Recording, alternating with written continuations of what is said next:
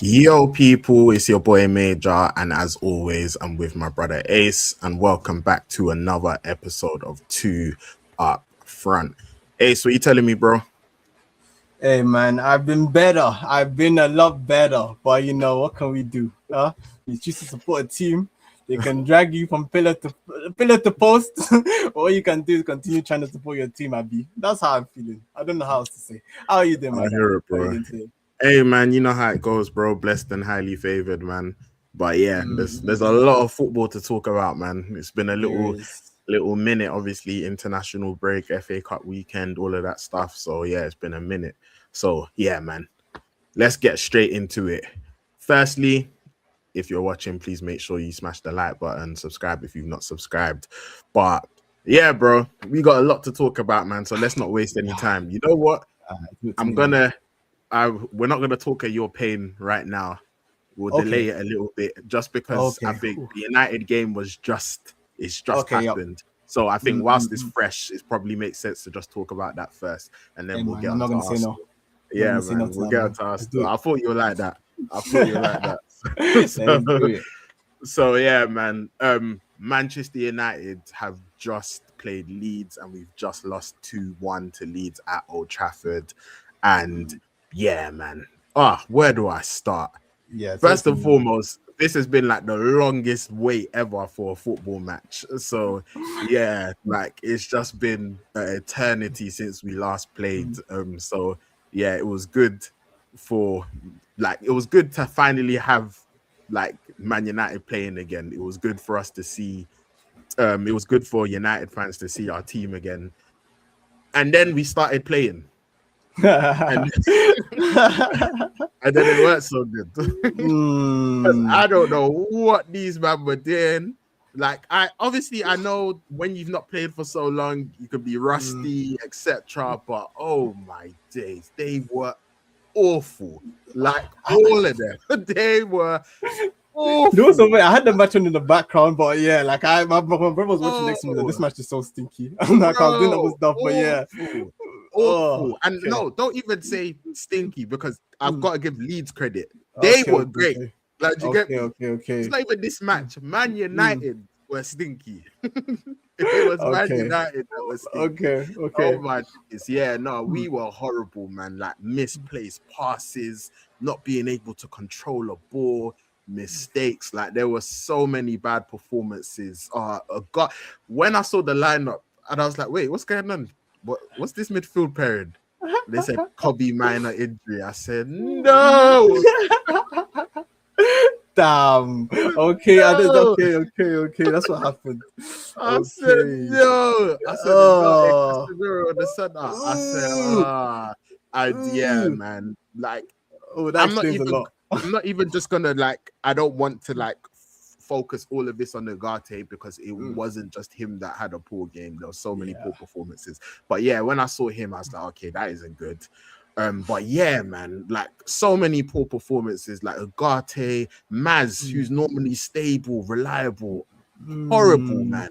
Euro, Mm. horrible. Really? Sure, so bad. Like, bro, I don't know what was going on. I was like, are these man drunk? Are you being serious? I knew it I was was this like, are bad. these, bro? I was What? like, are these man drunk, bro? And then Leeds, they're up for it. Mm. They're playing Mm. the three at the back. And again, Mm. it's funny. You would have thought after all that time playing three at the back, you would know how to face a three at the back team. Really not, bro. They were they were all over us. Like they were Wow. brilliant. They could have scored more. It was so bad. Like, yeah, it was horrible, man. Like it was a Wow. diabolical first half. Honestly, Okay. like it was so bad. And Leeds, Mm. they deserved their lead going into halftime. Honestly, Okay. like yeah, like Mm. thoroughly deserved it. Like you can't even complain. And even Yeah, even before, I think I saw the halftime stat. It was like the XG was like 2, and yours was like 0 bro, point something. even even Yeah. even before Leeds scored, like they had dangerous ball across the box where Uh, Lemons makes a great save. And yeah, like it was, bro, they were just all over us, man. Like honestly. So like they were very well deserving of their lead. okay. Our defending was horrible. And yeah, then obviously we get to half time and we're thinking is Amram gonna change? I said Amram. See, this is how bad it was. This is a throwback. How bad it I've not was, heard that name in a while. bro. That's how bad it was, bro. I was like, Oh. what's going on? But yeah, Carrick. I was thinking, is Carrick gonna change anything? He doesn't change anything at half time.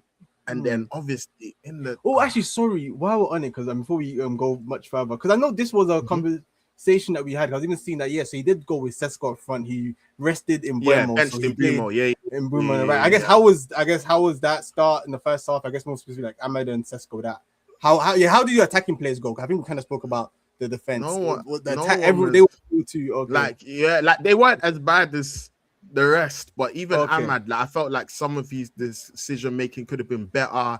Like Sheshko as well, there was an opportunity where it's like the ball gets played to him, and it's like he's just kind of like undecided as regards to what he wants to do, and there's a tame effort. Cunha weren't really able to get into the game like that. Like it was just because our whole structure was just all over the place, like literally. So it was just bad. And then second half, Martinez gets a red card. Like all of a sudden, yeah, what happened by the way? All of a sudden, like the commentary's like VAR checking something. I said, checking what? I was like, what are they talking about? They're checking something. Then they're showing the replay, and then obviously Martinez has made like a little pool of Calvert-Lewin's hair, like and then they're like. And then I'm like, oh yeah, he's gone still. Like, and you know what is? Loads of people are complaining. Like, I was even seeing loads of things, and people are like, nah, this is ridiculous. Like, how can you give a red card for that? Whatever the case may be. But you know what it is? With me, honestly, firstly, I was just like, Martin, let's just leave his hair alone. Like, do you get me? Just how about that?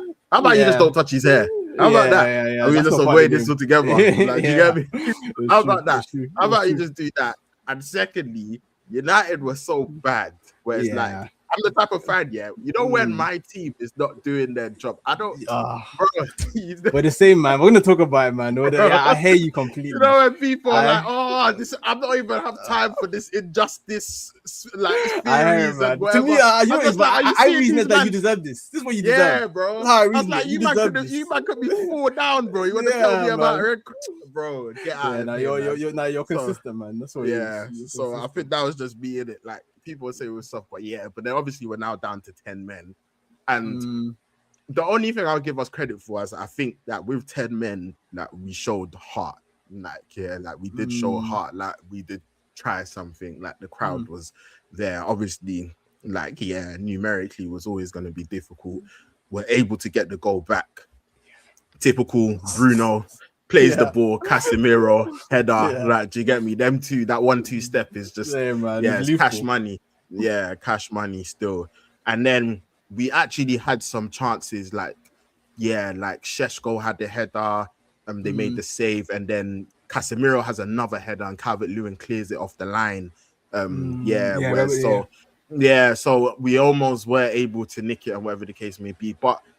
If I'm being honest, it's like if United weren't able to get the equalizer, of course I wanted us to, it would have been like you know what, Old Trafford, you know how it gets, come back, whatever. We've been able to get something out of that. But really and truly, Leeds deserve to win that game, man. Like, So it was one of them ones where it was like I was happy that the team showed fight in the end, and I was like, all right, cool. You know what? Yeah, like with 10 men, like you still showed fight, and it was like cool. But overall, I think a lot of the damage was done earlier in that game. And man, like I understand rust. Like I do think it's not good when you have that. That long period in between. You need continuity, like you need to be in rhythm, etc. And I feel like a lot of our players, especially, they need, like I think Casemiro benefits from rhythm. Like I think we've got quite a few players that benefit from rhythm. But even that being said, that was disgraceful, bro. I was like, what am I watching? Like, what? Oh my gosh. I said, Man United. And this is the thing as well. Because the funny thing is as well, like I was just repulsed by the performance, because ultimately I'm still not worried about Champions League. I think we're gonna get that. Like I have no concerns about the table. Like I'm like, it's fine. Like I'm not worried about that. It was just such a bad performance, and I'm just like, you man need to pick up. Like And then it also made me realize as well, where it was just like, yeah, like all of you, man, the scouts in here, yeah, it shows that the job is like it's Arada, massive. bro, Yeah. this midfield, you know what we done with the forwards where it was in Bumo, Kunya, Sheshko. This is the summer of the midfield, bro. I want free. I hear it. I want Especially free. when you're going to play in more competition, Champions League, bro. yeah, you definitely need free, man. Yeah, Casemiro's going. Ugarte, I think he's probably gonna go. Even if he doesn't go, he's just not good enough. So it's basically just Kobe. I need free man to join that midfield like expeditiously because yeah, man, that can't run. So yeah, man. Overall, it was one of the ones where I was just like, oh yeah, United, man. I've waited for so long, and this is what you served up. This shop, yeah, this is what you. But you know what? So, on the other side too, man. Like I said, Leeds, you keep fighting, you keep getting those points. You take us away from the ups. Massive for them, yeah, massive for them. Like, big for them now, because yeah, and then the FA Cup semi-final as well. Yeah, I forgot about it. Yeah, no, they're smashing it.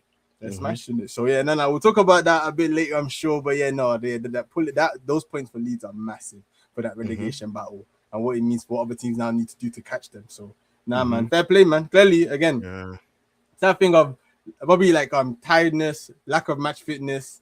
Maybe also maybe a little bit of complacency as well. Whereas Leeds came and they clearly really wanted it, and they said that we're fine for our lives. Kind of that means that someone who's like winning would be kind of nice to win, and someone who's like we have to win. Like, we have to, And I think also what disappointed me like with United as well is that obviously this is like a massive rivalry as well. Yeah, it's like these are one of your rivals, so it's like, yeah, man, you just gotta put in a better performance than that. Like, and yeah, that first half was 100% the worst half on the Carrick. Like, so yeah, man, like we need to see how was it in Bournemouth or not. I think again in Bournemouth came on when we had 10 men. So it's obviously it's more difficult for him, but I thought he done okay. Like I think there was a thing where he was out on the left. I think he put a really dangerous ball in for Sheshko, and I think that's when the keeper made the save. And he was like trying, but obviously like we're chasing the game at this point, like so it's difficult. We're a man down, so but I thought he done all right when he came on. Like like in Bumo's he's not one that I'll criticize from this game. Like he was cool. So and I saw that. I think one of the times I looked up was the Casemiro when he got robbed as well. Was so bad. But I don't know if it was the first Leeds goal, the second. When Casemiro gets robbed, like so bad. There were so many instances where it was like just misplaced passes, just getting the ball taken off you. Like it was just, bro. Literally, I was there, fam. Like there was and you know when the crowd as well. It's like. You can hear it, like even through the TV. Like I went at OT today, but you can hear it, like when you're just like, "Bro, what are you, man, doing?" Like, bro, this is where, like, again, when people talk about like, Kobe and etc., this is where like you miss him, like someone to put the foot on the ball, and he just knows what to do, just the simple things. Just connect a couple passes. Let people remember how to how to play football. How to actually make a pass. Like you get me? Like a little bit of press resistance. Like okay, let's turn. All right, cool. Get out of that little hole. Cool, pass it, give it, go. Like we were crying out for that, man. Like literally, I was just like, bro, I hope these man at halftime they're on the phone to Anderson, they're on the phone to Wharton, they're on the phone to Gomez, to Mateus Fernandez, to Nali, everyone, bro. Everyone at the same time. That's crazy. I hear it though, man. On the phone, bro. So it was just one of them ones, man. Again, ultimately, table wise, I think we'll be all right. I think we'll be all right. Get up the table. I think you especially be all right because of the Chelsea also. I guess you play that game against Chelsea gonna be massive actually. I feel like that pretty much can kind of like take Chelsea from being like Chelsea won't be you basically take Chelsea out of it if you beat them. Yeah, I think Chelsea gotta beat us. Yeah, they have to I be. think Chelsea, and to be fair, they do have a great record against us at Stamford Bridge. But yeah, Oh, I that's think like a good, okay. I think even if Chelsea beat us, United, if they don't get top 5, it's like you've got a 7-point lead with 6 games to go. And Chelsea also, it's not Yeah, even Chelsea's fixtures are mad as well, bro. Like Chelsea they've got us, they've got Brighton away, so United, then Brighton okay. away, then Leeds in the FA Cup semi-final, then Forest at home, Liverpool away, Spurs, and then Sunderland away. Like Chelsea have got their own Yeah, problems. because I'm not, So even aside from even like beating you and bringing the points down, they also have to go on a winning streak. Which winning again, streak. yeah. So Okay, that's cool. why I say like I'm not really worried about that, to be honest. Like, but it was just more so like, bro, again, we've got nothing else to play for. So when this is the only thing that you're serving up, bro, it needs to be good. Like, do you get me? You know, if you're having one meal a day, bro, it needs to be good. Like, do you get me? Man, let's make sure, good meal, bro. It needs to be a Yep. good meal, bro. Yep. Like, do you get me? But then when you're serving up rubbish, you're just like, what? Yeah, man. So yeah, United, bad day at the office. But yeah, hopefully Saturday, I think it's Saturday 8:00, we got Chelsea. Like, it's a much better performance. And bro, I'm praying. They said minor injury, but sometimes I don't trust United, man, because they say stuff like that and then we don't see it. Bro, they said the thing wasn't serious. I've not seen him since, bro. Did he play this season at all? I've not seen him since. Yeah, he did. He started off the season well, bro, and then he was playing well. Then he got an injury. Yeah, he got an injury, and then they were like, "Oh yeah, this is," and then, bro. Yeah, that's what we did to Malacia as well, right? Bro, I had one injury, and then he just disappeared for like 3 years. Bro, even Lissandro's one, they said it was a minor thing, bro. Man was out for weeks, and we're like, bro, when's he coming back? And then my man's now come back, and then he got a red card, straight red, so he'll miss the next game anyway. So yeah, man. Also, sorry, I don't know if you explained it. Like, how did the red card come about? He pulled Calvert-Lewin's hair. Oh, okay, they're going off. They're going for the challenge, and then it's like a little tug on his hair, like, and then man, that was that. So yeah, man, United correct that. Literally, it's bad day at the office. Bad day at the office. Bruno got his assist. So hey man, this guy needs to relax. 17 now. So needs to relax, man. Bro. Yeah, man. Like, really, really bad day at the office, man. But yeah, do you have any more comments on United? No, nothing more United. I feel like, you say, I feel like you guys are still in a good position, and clearly Leeds wanted it more today. You just have to bounce back. I think that Chelsea game will be important, just for momentum, just to again, you want to just take them out of it the sooner you can. Yeah, you guys also don't want to you want this to be like the start of your kind of like iffy form as well. Bro, this for us. This should not, for us, this Champions League thing should not be. If this even dares go down to the last day for us, then we failed. This should be wrapped up before the season ends. Like, mathematically, like, it should be wrapped up. This should not be going down to the final day. Like, that's a battle for whoever's below, and they're fighting for whatever else they're fighting for. Like, do you get me? But yeah, we shouldn't be doing that. And man, Leeds. One thing I'll say United as well is like Leeds, Old Trafford.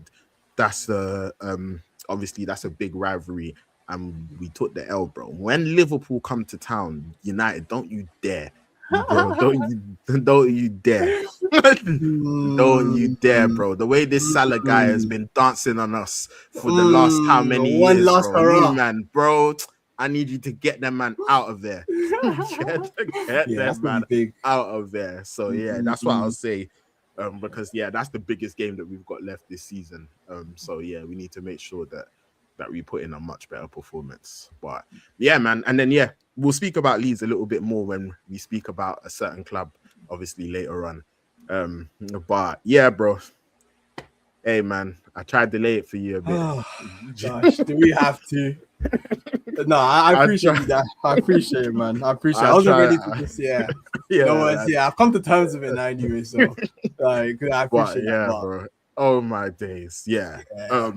How do you want to do this? Do you want to go first? Do you want me to go first? Like, I will You give you know the what? floor to decide. Okay, cool. Yeah, you know what? I'm gonna just ramble.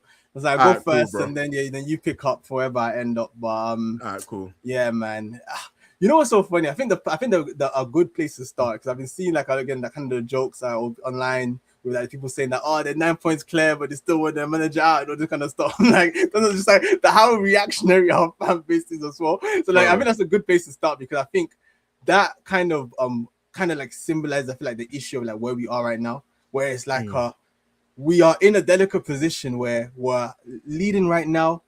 We look back at the season and say we haven't played great for most of the season already. We look back and say that we've had so many opportunities this season to have pulled away, to have not even made this a tight race in the first place. We didn't take any of those positions, and now we're at the point now where I say this is now where it's now like it's managing, coaching Arteta. Like this is like your final. Like, do you actually have the minerals to do what you need to do to get us over the line this season? And the players as well that are available, the mentality. Because bro, I was saying it that I'll never forget after that Champions League draw and the FA Cup draw. And I was looking at all these draws like this line up for us. And I'm thinking, if you're a footballer, you must be looking at this and thinking, this is a chance to make history. Like, it's like everything is falling in our lap, falling in our favor. And then what have we done since then? Like Champions League, yeah, well, last time we're making our way through, not been pretty, but cool. We take it well. We're playing Sporting this Wednesday, be there. Hopefully, again, we need to bounce back, make sure we get over the line. I look at what's it called, the Carabao Cup. Disappointing performance. What's it called? Basically, kind of destroyed by City after the first 20 minutes in that game. I look at the FA Cup, another big competition that we say. I remember a stat that I saw, which was like, I can't remember at what point it was like after a certain date, the teams that were still in the 4 competitions at least picked up a double, at least picked up a double in terms of like a Prem, an FA Cup, or a Prem and a Carabao Cup. I said to one of my friends, I watch Arsenal be the one team that's in this position and doesn't pick up the double and already. Well, unless we pick up the Champions League and Premier League, we're already not in that position. Like, so again, it's like from where we were and how quickly things have crumbled in only a few games is crazy. So to bring it back is why I say in a position now where now we're on like Arteta, you actually cannot lose this title anymore. Because if you do lose this title, I want your head, man, because I can no longer believe in the product or what you're trying to do. And then now talking about this specific game, it just symbolizes just the issues that we've had throughout the whole season, where again we first start with like the mentality thing of this is a must-win game. You know, see you're playing the next game after. You can't afford to drop points. The performance was woeful, man. It's kind of similar to what you're saying about the United performance today, where I was looking at the team and just thinking, firstly, again, these are issues that have been there all season, but I think this game kind of just like, it just looked even worse. I think Bournemouth also exposed us as well. Our build-up is shocking, man. Like in terms of like our build-up from the back, how long we take to progress the ball is terrible. Like our kind of attacking patterns of play are terrible. I've been happy with the last minute. There's an Everton win, the Sporting win. I'm looking at all these games that we are even managed to get over the line, and I'm saying that this is not even like consistent attacking patterns that are repeatable. These are just moments of quality from these players. Just like, for example, like Martin against Sporting, just picks up the ball, runs, puts in a great cross, have a great touch, finishes it. But if that moment within the game didn't happen, we actually don't go on to win that game because we don't create anything else. Which again is like the bigger issue where like our chance creation is so bad, and it's been the case with Arteta for quite a lot of the season. But you know what, the defense was good enough. We will still manage to get the point, so it was acceptable. But now the goals are drying up. The defense isn't as good. The build-up isn't as good. And now we're looking and saying that as much as we're 9 points clear right now, if things don't change, we are going to continue to drop points and see are going to win this league. And from where we are, where we've been, if that happens, yeah, man, his head needs to go, man. So I think that's why, like this, it was like this game in itself, and then there's like the wider performances over the last few months, and just like when you just like try to like when you just extrapolate, it's not the trend line is not looking good for us right now. That's like we'll talk about City afterwards, see what they're doing. But again, if we're at least doing our job, then we can like that's all you can do in it. But like we're not doing our job, which is now why I think there's so much angst in the Arsenal fan base, because I think we can see basically how it's crumbling in front of us, and accepting that this Arteta guy, unless he changes stuff, it's gonna continue going in this direction, man. So yeah, man, I think now we're at the point where we have to go against City next week, and we pretty much have to basically try something else. Like it's kind of like it's a tough game, but he kind of has to either try something else and get us over the line, or he does what he does, and then we drop points and we lose, and I think it's done for him, man. I feel like now he's kind of like in a like catch-22. Was like, do you now go to City and then you try to do the tactics of the Carabao Cup where you try to make it stinky? We have Raya this time. Maybe you try to nab it, or do you actually try and like have more of an attacking intent as well? What he's gonna do, I don't know, man. But yeah, man, this game in itself, bro, it was woeful. And I think similar to what you're saying, like the first goal, horrible defending by Ben White. I think he's also looking physically like he's cooked right now. This is where I also say Arteta when it comes to the coaching. I'm seeing Ben White picking up, attacking mid positions, dropping into midfield, pulling out wide. I'm like, why don't we just like have the left back Lewis Skelly invert and then just have Ben White just play as a third centre back? Like he doesn't need, like he's physically not able to do what he was able to do before in terms of like overlapping and all this kind of stuff. So let's also like adapt how we play. Let us maybe like what's it called? Zubimendi and Rice is not working in our build up. Like we need to change something there. Like maybe again, you have Lewis Skelly. Why don't we again invert him so he's more like a left centre mid? You have Zubimendi playing more as a 6. You have Rice playing more as like the right attacking, right what's it called, defensive mid. Like change stuff. I think I'm actually at a point now where it's like I'll be so happy if we win, we get over the line this season. But I'm not gonna lie, bro. I am actually looking forward to post Arteta Arsenal as well at this point. And I say that because I am also just looking for like a manager is also willing to like just change and try different things. I feel like right now it's just looking like the kind of like the blueprint that he's working with, like what the changes that he'd consider making, just like is not radical enough. Like in terms of the players that he's willing to kind of swap out, it's not radical enough. I'll be like Martinelli, play him as maybe a false 9. Let's say try something in terms of like try these players. Odegaard, rather than him being on the right and being ineffective. So Mendy's not been great, and we play Odegaard deeper. I mean, play him as a centre mid and see how he does if he plays as like a left centre mid. See what he can do in progression. And so like I think it's more stuff like that where it's like I've been so optimistic and waiting like, okay, maybe this game he's gonna try something different. He never does it, bro. He does the same thing, and then the performance is the same, and that's why Arsenal fans are so angry and irate right now, man. Because yeah, man, the Bournemouth performance was shocking, man. They get the first goal.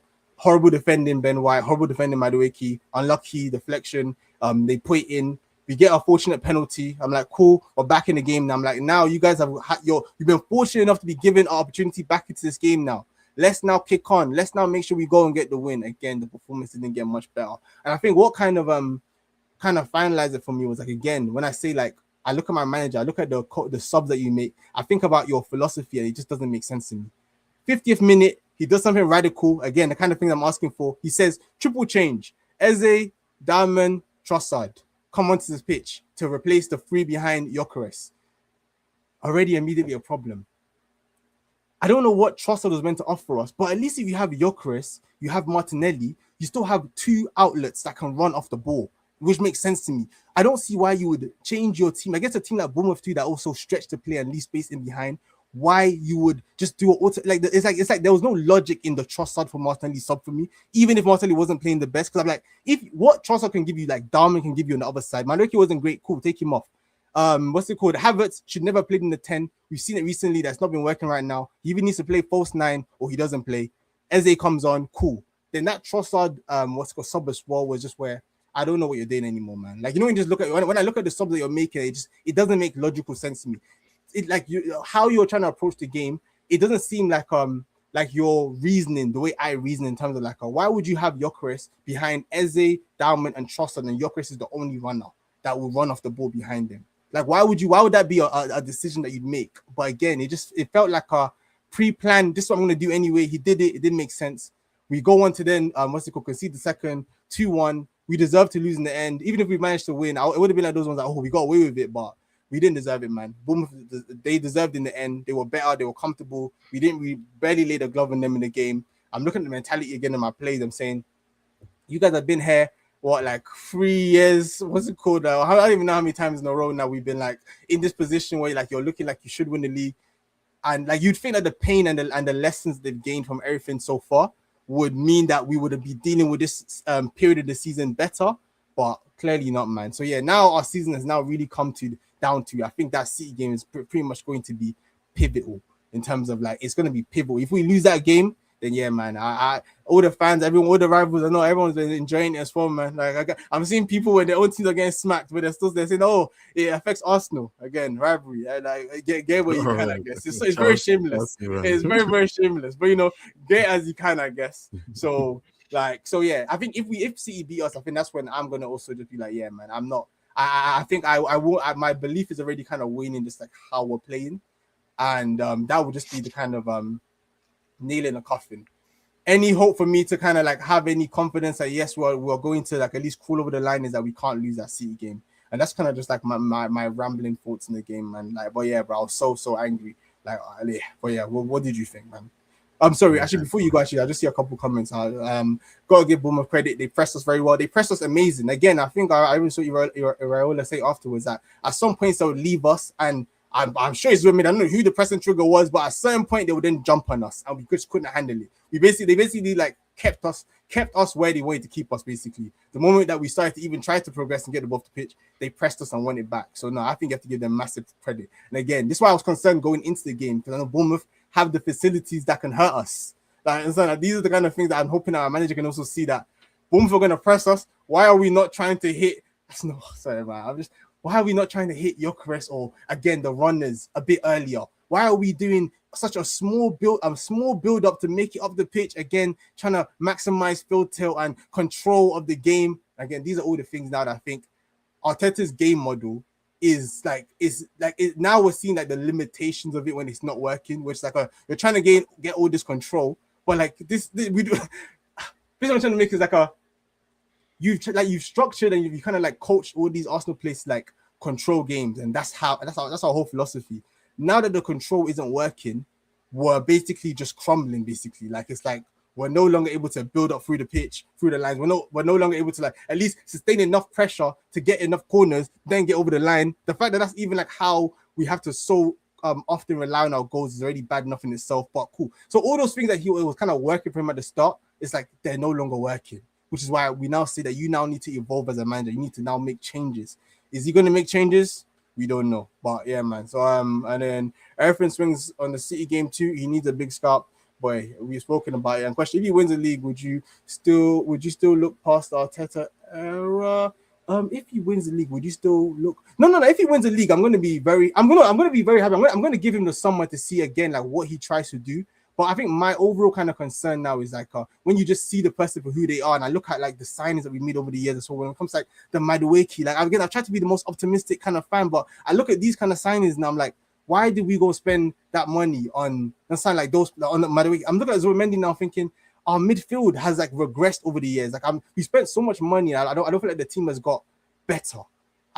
So I think that's my kind of concern was like I think it's like I'll enjoy it. I'm gonna be very happy, but I'm going to be really looking at this summer because I think we can easily win the league. Liverpool have shown us you can win the league and then next year fall off completely off a cliff because your football wasn't sustainable. There was issues in your system. So I feel like that's kind of where Arteta is now. Even if he wins the league, he still needs to kind of reinvent himself going into next season. Because if he does the same thing again, I think we're going to be much worse next year. It's kind of like my take. So I think that's why I'm just more looking forward to like the kind of time where I can also just be kind of excited with like new lineups and new players in different positions, and like maybe like rather than like our whole back line has to be centre backs, maybe we have an attacking left back that's going to overlap on the left. That now means that if it is Martinelli or if it is Eze playing on the left, they can come in and it's a different dynamic to how we play. Does that make sense? I think that's kind of like what I'm kind of bored now. I think now I'm just bored of just like what we're doing, and when it doesn't work, it just kind of all comes to the front of just like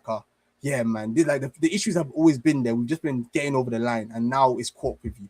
It's kind of like my take in terms of like his game model, and where I think this is like a massive end to the season. I think if he goes from like now his current position to not winning again, I think the Arsenal board probably won't sack him. But I think the majority of the fan base would be like, well, like even next year we'll just feel like we're just waiting basically for like the next manager. Like, it's what it's going to feel like. So he needs to get over the line this year for him not to be a sitting duck going into next season. But yeah, bro. So those are my like kind of just rambling thoughts.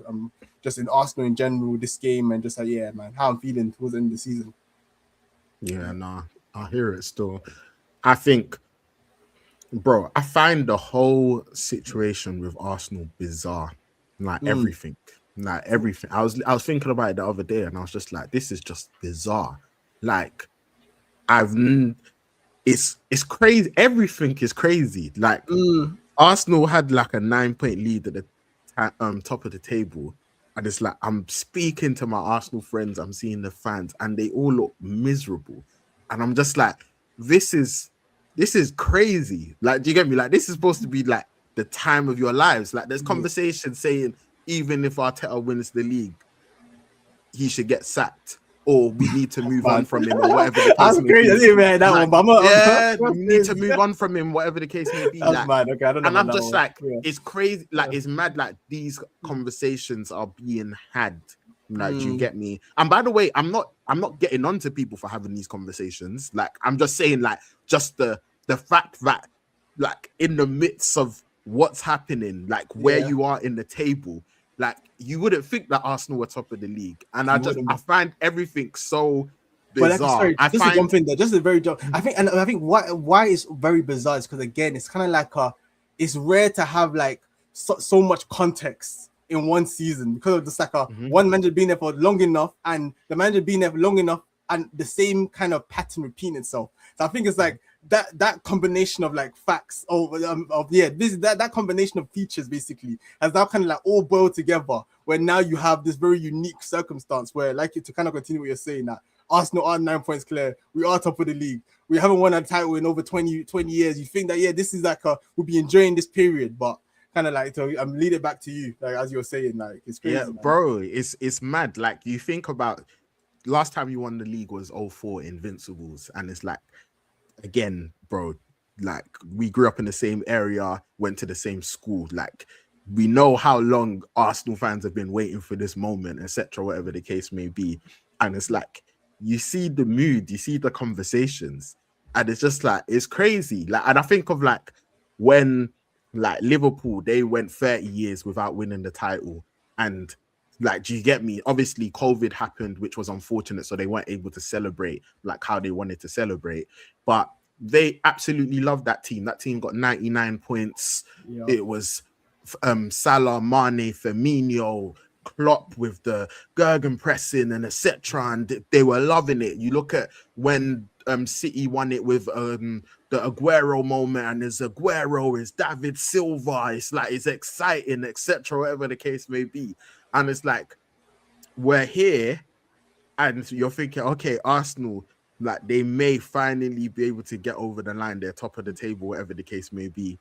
Like, and the mood, the conversations, and don't get me wrong, I understand everything. Like, I'm not saying that I don't understand why they're being had. I'm just talking about it just with a step back, just saying, this is mad. Like, do you get me? And then I was looking at it, and I was like, the fact that, forget even player of the year, the fact that, like, I'm looking at the Arsenal attack and I'm thinking, bro, I don't think any of these men sniff a team of the year. Bro, and I was just like, I don't ever remember that being the case with any team that's won the league. Like, even when Leicester won the league, Vardy, Mahrez was brilliant. Like, if I can jump in there, please. This is also why I say, where football fans, we also just need to do better when it comes to, like, again, I want Saka to, he hasn't had a great season. I want him to come back. We need him, he's important. But I think this is also why, like, this blaming individual players is so pointless, because you can take any of those players in that attacking lineup and they've all had poor seasons.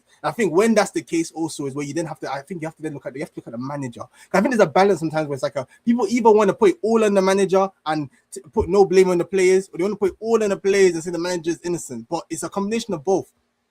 Players, from a mentality perspective, when you're starting to that pitch, that's where you have to now come and do your job and just perform well. That's why I look at you and say that you guys are very disappointing. But when I look at, like, how we're attacking and playing as a team, and like you say, like, none of our attackers even being close to our team of the season is crazy. Like, even able to win this league with that context is mad. Like, insane. So I've never seen it before. I think you have to. I think that's a coaching manager issue when it's like when you have when that's the situation you find yourself in. I think you have to really blame the manager and say, like, clearly your game style does not platform attackers well enough. You do not create enough chances for your attackers. You don't put them in enough dangerous positions often in the game enough. And again, like this game, we see slow build up. You see you're struggling to create chances, or over reliance on set pieces, which always kind of dries up at this time of the season for some reason. I don't know. Maybe teams start figuring us out. The set pieces aren't set pieces as much as they were before. Like, but yeah, man. So sorry, I just wanted to just add it. Yeah, because no, you're right. Like what you're saying is facts about the it's crazy. That's what I'm saying. Like I look at Arsenal just over, and I just think it's bizarre. Like everything. Like that's what I'm saying. I'm like, I'm seeing the conversations that are being had, and I'm just like, I fully understand it. Like, but it's just that the fact that this is happening is just mad. Like, do you get me? Then I'm looking at the Arsenal team, and I'm like, bro, like, how can none of these attackers be sniffing a team of the year? Like, how? Bro, like, that's I was going literally, I was sitting down and I was going through like just I was like, all right, cool. I was going through the City teams, I was going through the Liverpool teams, I was going through the Chelsea teams, I was going through the United, I was going through Leicester. I was just like, bro, this is unprecedented.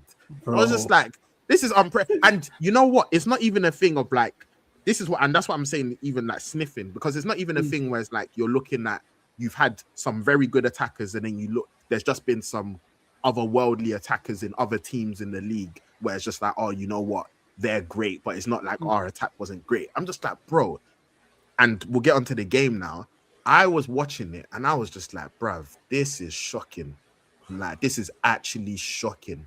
Like everything you said, I was looking at the build up, and I was Zubimendi. I don't know what's happened to him, but he needs to hold bench. Yeah, and I'm sorry, bro. And sorry, and this is bringing it back to my earlier point about like Arteta as well. This is another example of what I'm trying to say. Zubimendi's been poor for a while now. Quite a few number of weeks, months he's been poor. I see Lewis Skelly.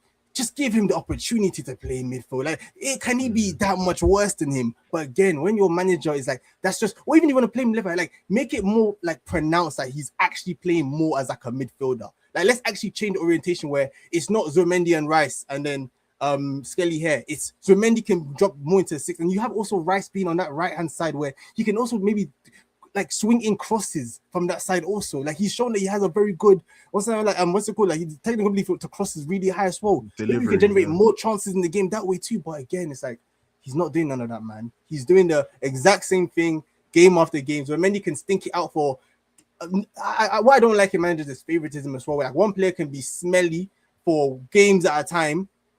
Skelly can come in, he can pull someone back, get a yellow card, and I already know that, you're not playing the next game. I know Arteta saw that and he saw, you're not playing. And that kind of thing that annoys me as well. Yeah, that's why even separately, that's why that's why I was happy with Carrick. Like I rated Carrick for the decision that he put in Boomer on the bench, because I've been telling you, and I've just been like, I don't like the case where it's like someone's just like they can just have poor performances, and I can still rate you, but sometimes it's like, bro, I don't like a situation where one player has a poor performance. He's not seeing another he's not starting for another 10 games. This player can have poor performance, like, in order for that to be the case, you need to have a crazy amount of credit in the bank. Like, do you get me? To the point where it's just like, you know what, you're so good, you've delivered time after time after time after time, where we're just gonna let you play yourself into form. Like, do you get it? But yeah, man, like, I think, I was watching Arsenal, and honestly, like, I was like, this is absolutely shocking. I think the build-up was shocking. I think Raya, who's been absolutely brilliant, like, he's pulled off some world-class saves. Like, he's a big major factor as regards to why you're in the position you are in currently. But I thought he was taking an absolute mick, bro. Like, putting his leg on the ball, like, just, bro, it was mad. But then again, though, that's all coaching. That's all instruction. Yeah, bro, I was looking at it, and I was just like, and it's crazy because I've been saying it. I was like, even, and I think that's the thing as well. Like, I think as football fans, you've got to be able to analyze and be honest with your team, even when you're winning. Like, you've got to be able to do that. When I was looking at Arsenal, I was like, you know what? It's very, very clear. Like you mentioned, that Arteta, he's gone for approach where he wants to have control. Like, he's invested heavily in the defense. He's reinforced those positions. Like, when we were looking at the Ramsdale and Raya decision, where he got Raya to upgrade on Ramsdale, a lot of people thought that at that moment that wasn't like a priority. Like, and I think firstly it was the correct decision, but I think secondly, I think for Arteta, he probably had a vision of as regards to why a goalkeeper was going to be so important, because he knew how he wanted to build his team. And I think that was on, he wanted to be defensively solid. Like, he wanted to make sure that, like, you were hard to break down. And I think there's absolutely nothing wrong with that. And I think sometimes when people try to act like there's something wrong with that, there's the problem. But he has completely, like, again, we've spoken about 22, 23. He's completely gone the other way. Like, completely. Bro. I'm a Man United fan. Like, do you get me? I used to watch those Arsenal games in 22, 23 and say, these man are good, bruv. Like, do you get me? These man are really, really good. Like, it was good to watch. Like, Odegaard was flowing, like, brilliant. Martinelli, like, quick, direct. Saka, brilliant. Then you have Zinchenko inverting Jesus. Like, it was brilliant to watch. It was good. With me, Shaka, I could always give credit when I'm watching. It's the same with the Liverpool teams, the same with the City teams. We'll get on to City later. I was watching that Bournemouth game and I was just like, bruv, this is shambolic. Like, honestly, it was so bad. And Bournemouth are a good team. Iriola's a good manager. They've got really good technical players. Scott, I thought he was absolutely brilliant. I would not mind him at Man United. I'm about to say that might be add him to the list I was saying earlier. I think we need to get contacted tonight. Add him to the list. I won't mind him at United at all. He was absolutely brilliant. And then again, you know, when we're talking about the attack, I was looking at Bournemouth's attack and I was looking at Arsenal's, bro. And honestly, I was like, I'll take Bournemouth's. I was like, I'll take Bournemouth's. I was just like, I'll take Bournemouth's. Like, I'll take Bournemouth's. Right. And that's honestly, Havertz, I was looking at, I was looking at Krupi. I'm looking at Ryan. Like, do you get me? I was just like, bruv.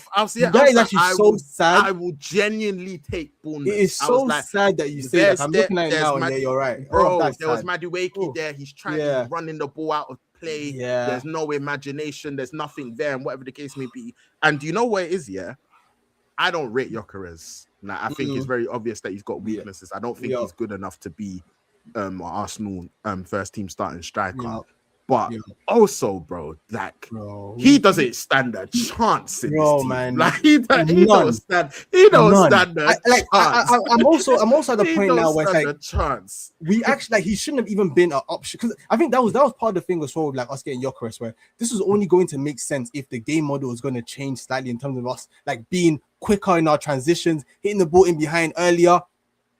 If that was not the plan, and the plan was to have him do false nine or just try to connect and do what Jesus or what Havertz does, complete waste of money, man. That's why I can't even blame him, because at least with him, I'll say that when he gets opportunities, he actually is very clinical in the box. We just do not create enough chances for him. We do not give him enough chances in the game to miss and score. Man. Like, it's he's got his problems. Like, I think technically, like, he's not good enough. Like, his hold up play isn't good enough. I think even his movement also isn't good enough as well. But even with all of that being said, like you said, he can definitely strike a ball. Like, one thing I'll give him credit for as well is, like, he is relentless. Like, he's gonna keep on going and going and going and going. So it's like, mentally, I do think he's strong. But yeah, man, like, the attack is just woeful. Like, I was looking at Arsenal's attack and I was just like, bro, this ain't doing nothing. Like, and then again, I think Arsenal, Arteta, I think I was saying it before, like, he's taken this data-driven approach to football where he's trying to control matches and he wants the margins to go in his way. And that's why I was like, because even, I think we mentioned it before, that sometimes it's like Martinelli might miss a chance and then they'll bring it up in the interview. There's one thing I've realized by Arsenal right now is, like, because of how little you create, like the hyper, the over-analysis on any chance you do get, I hate crazy, man. Because you just don't create enough. So it's like and I think that's what's making their beast. That's part of the reason why there's so much pressure on this Arsenal team as well, because it's like, because you don't create enough, when you do get a chance, it's like, it's do or die. Like, do you get me? Haaland knows that if he misses one, he might get another 3, 4, 5. Like, do you get me? He's like, cool. Like, we're gonna go again, whatever the case may be. Like, you see, even when you see the reactions, obviously a fine was a fine one. Sometimes you do need to take the chance, whatever the case may be. So, but also, I think when Havertz missed that chance against City earlier on, it was partially because, of course, it's a final. You want to be taking that chance, but also I think it was also because they know we're not creating. we're not creating nothing, We're not creating. So Yeah. what are we gonna do? And I was looking. Yeah. I'm looking at Arsenal, and I'm like, yeah, you're taking this data-driven approach where it's like everything is fine margins, and that's what I was saying. Even with the cup exits, the reason why I said I'll start Raya against, I would have started him against Southampton, and I would have started him against City in the final, was because that's part of Arteta's game model. Like Raya's a big part of that. Raya has to make, about the Everton. So bad that Raya has to make big saves in the game. Yeah, also, like that's part of your. That's part of your. Don't create enough chances, but our game model also means that our keeper has to also be really good when it comes to has to also be like really good when I said it against Everton. I was just like, you know what? First and foremost, big credit to Max Dowman, and him coming on and changing the game. But in that game, Raya makes a brilliant save. McNeil hits the post. Arsenal aren't creating a lot. Dowman comes on, sends the cross in. Pickford makes an absolute mess of it, and then you go 1-0 up. And then obviously you're able to make it 2-0. On another day, that's a flip result. But again, fine margins. And I think Arteta, he said, you know what? If I've designed my team where I've got a brilliant goalkeeper, I've got a brilliant defense, we're able to control games, we're maximizing set piece opportunities, and we can still score goals here and there, we're going to win more games than not. But the problem is that those margins are so fine where everything has to go in your favor. And that's where people are talking about sustainability, because long term, this 100% isn't sustainable. Nah, it's not, man. It may, and there's a big question mark. It may allow you to crawl over the line this season. But if you think this is sustainable, then you've lost your mind. And that's even what you're talking, even with the corners and stuff like that. It's like also people are gonna adjust and they're gonna be able. Don't get me wrong, Arsenal's still great from set pieces. Like you can still score from them, but people adjust, people adapt. Like what he's and you don't. And I think you made a very good point. Arsenal currently, they don't have enough control, because that's the thing as well.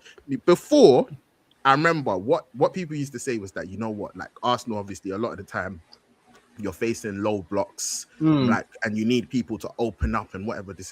I think teams have also started to realize, but it's just like, you know what, Arsenal, if you want to actually have success at them, press them, get on the ball, press them, bro, and they don't know what to do. And I feel like that's what Bournemouth was looking at, and there was don't know. And I was even looking at your fixtures, and I was just thinking, bro, like, when was even like the last time that like you man just played well?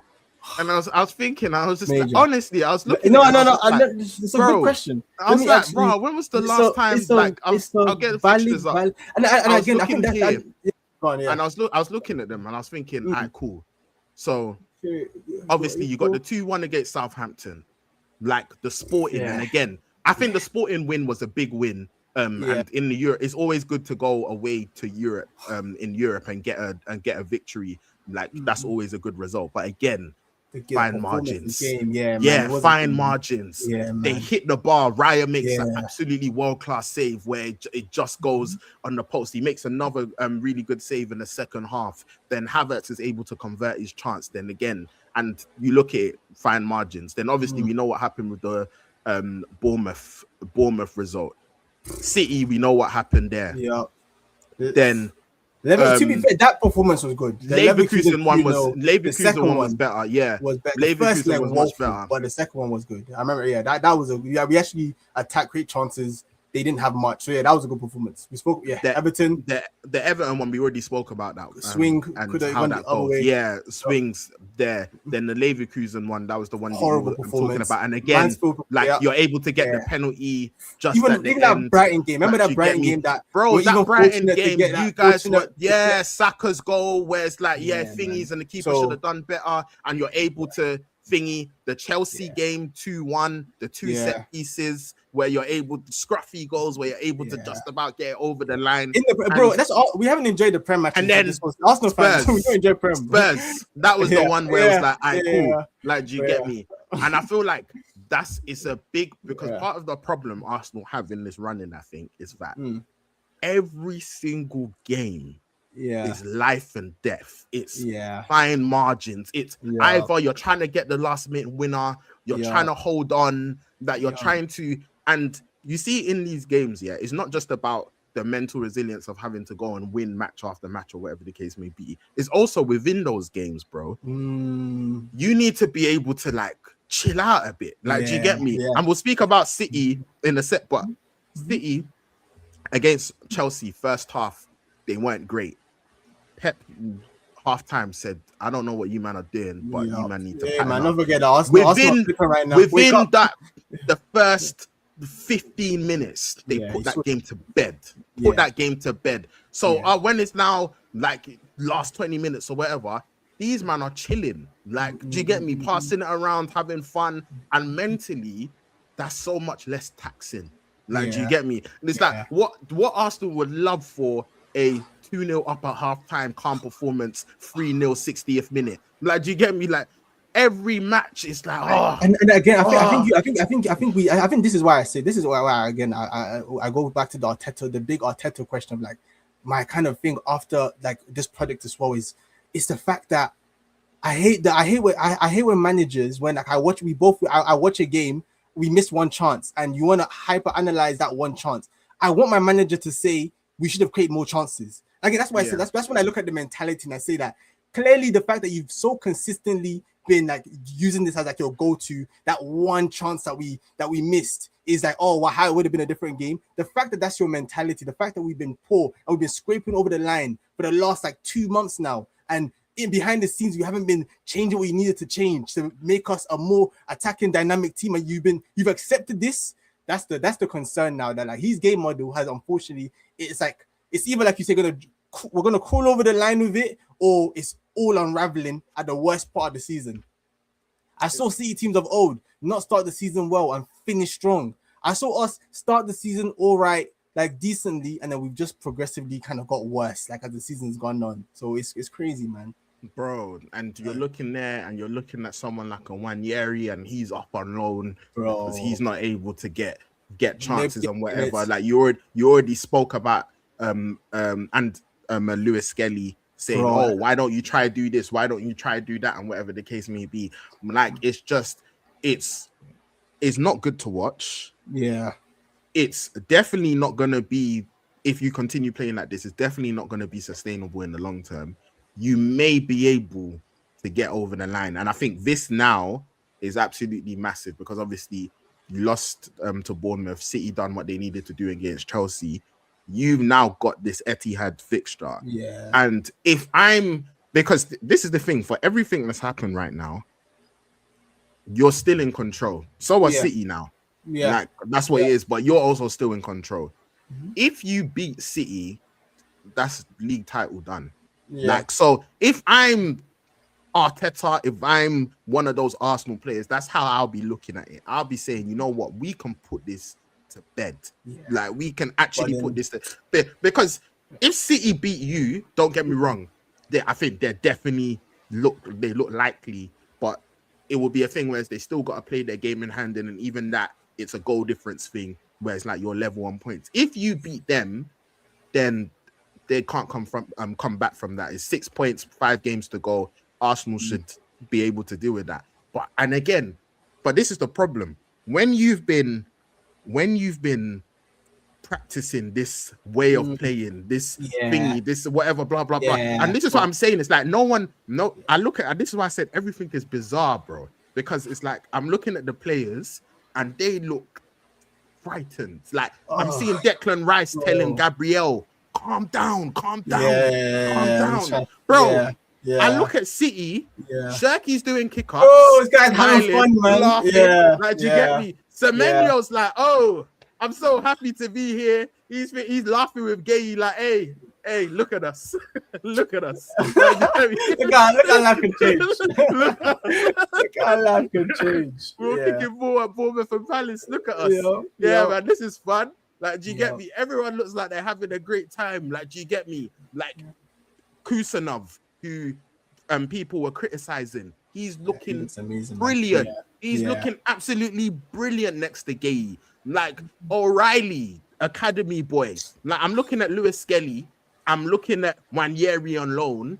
I'm looking at Saka, how he's been performing, and you're thinking, bro, what's going on? To the point now where it's like people are begging for. I felt even sorry for Diamond because I'm seeing some Yeah. people saying Diamond didn't even do anything. I was like, Yeah, Diamond like, shouldn't man, have to do anything.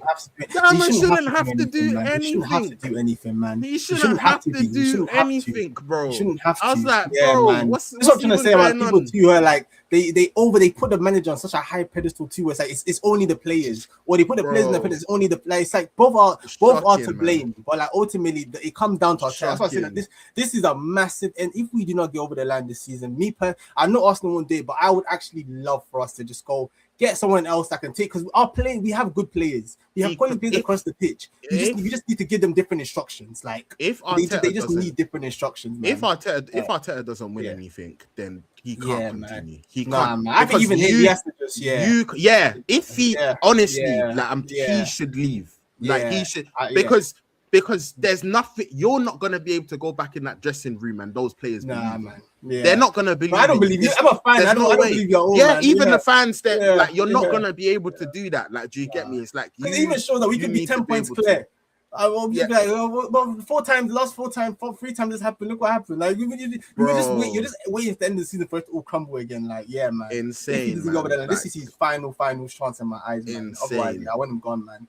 It's actually insane. And if he does get over the line again, like, because he would, the mistake that he can't make, he needs to say, you know what, we got over the line. We need to now learn from our mistakes and now adapt and progress. If you now use that as a vindication for what you've been doing, you're gonna get the shock of your life. You'll see what happens. You'll see what happens. To add us, Walker, before I forget, I also want to give the, like, you know, I don't know what, like, the tangible, I don't know basically how to summarize it, but it's kind of like the fact that we also haven't won the league for so long. I think the first one is always going to be most difficult also. 100%. So I think from the, like, I can get that from the mentality, the players, where that's where we're now seeing this, like, where you should just continue playing how you're playing before and like really go over the level. But now you're regressing and like it looks like it's impacting you. I get that kind of stuff, but it's like, even with that being the case, you have to balance all of those factors and you have to get over the line. Does that make sense? But I just want to add it as like it was never going to be like also easy, like in terms of like our first title in 20 plus years, just to add as a factor. But at the same time, it's now on the manager's job now, or the coaching staff, to put the right players on the pitch that have the mentality to do it, or again, change what you need to change to give us a better chance of getting over the line in these games, man. So yeah, I just wanted to add that as well. And like, even also Arteta as well, bro. You've got like, even me again, I'm not even an Arsenal fan, and I'm just like, again, if you want to be coming out and be talking about bring your lunch, bring your dinner, bring your snacks, bring your whatever, bro, you can't be serving up that. Like, do you get me? Those are the type of things that annoy fans, bro. Like, you need to be careful about what you're saying. This part of, I remember sometimes it was like when Ten Hag is talking, bro, and we're seeing what's going on in the pitch. Like, do you get me? Hammering sometimes as well. Bro, you've got to cut all of that. Like, do you get me? Like, you've got to cut all of that out, because I couldn't, especially you are 9 points clear. You're playing first at home against Bournemouth. City are going away to Chelsea the next day. You have the opportunity to make it 12 points and put out a real state. And that's the thing. This is it. This weren't even a game of like, oh, you know what, you're 3 points ahead and you need to make sure that you win so you can keep the 3-point gap. And it's just like, bro, I understand everything that even you said as regards to first title pressure and whatever the case may be. But if you can't hack that, then, at this stage, bro, what? Man. What? Because you've got to go to the Etihad. You've got to go to the Olympic Stadium with a West Ham team that are fighting for their lives. You're gonna have much more higher pressure games than Bournemouth at home with a 9-point lead. With a 9-point lead, like, do you get me? Like, you can't be crumbling like that. And it's like, even those fans as well, like, even just everything that's going on with, like, you're seeing the City fans with the Arsenal bottle and Yeah. this, that, and you're seeing all the commentary and whatever, blah, blah, blah. Like, even those players, they should have some professional pride, bruv. Like, do you Yeah. get me? It's like Yeah. some Yeah. professional pride. Because even me, yeah, it's like sometimes, again, Yeah. like I think especially with Arsenal, when you're a big club, which Arsenal are, it's like, again, you're gonna have a lot of haters. It's the same thing with Manchester United. And I think it's no secret that a lot of people wish for Arsenal's downfall. And what 100%, that yeah. means is that a lot of the time, sometimes it's like people aren't really objective with a lot of the criticism.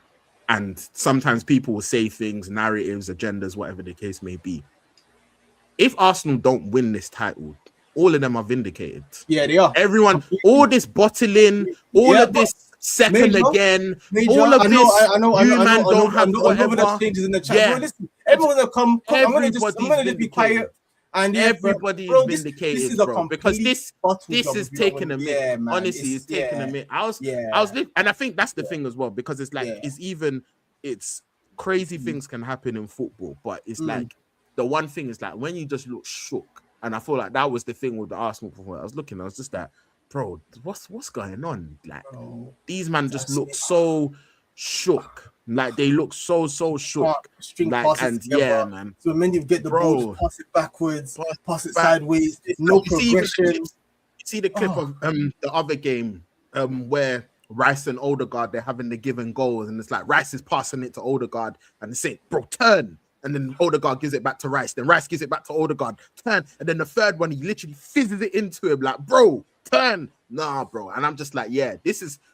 And I was like, no one can't tell me that this, because, bro, again, Odegaard, someone I rated highly. No one can tell me that, man, this isn't a talented player. Like, this was a 15, 16-year-old wonder kid. And at Arsenal in the Premier League, we've seen him. He was so good. Like, he's regressed. I mean, that's the thing. A lot of players are regressed, bro. What Saka was and what Saka has been recently is night and day, man. What again? It's so easy to crash. Again, a player that's like a lightning. Someone like Martinelli. I think he symbolizes. I think the issue when I say like Arteta like coaching, where it's like you have a player, a profile like Martinelli who is clearly an inside forward. Whether you think he's good enough, not good enough, you're playing him as a touchline winger.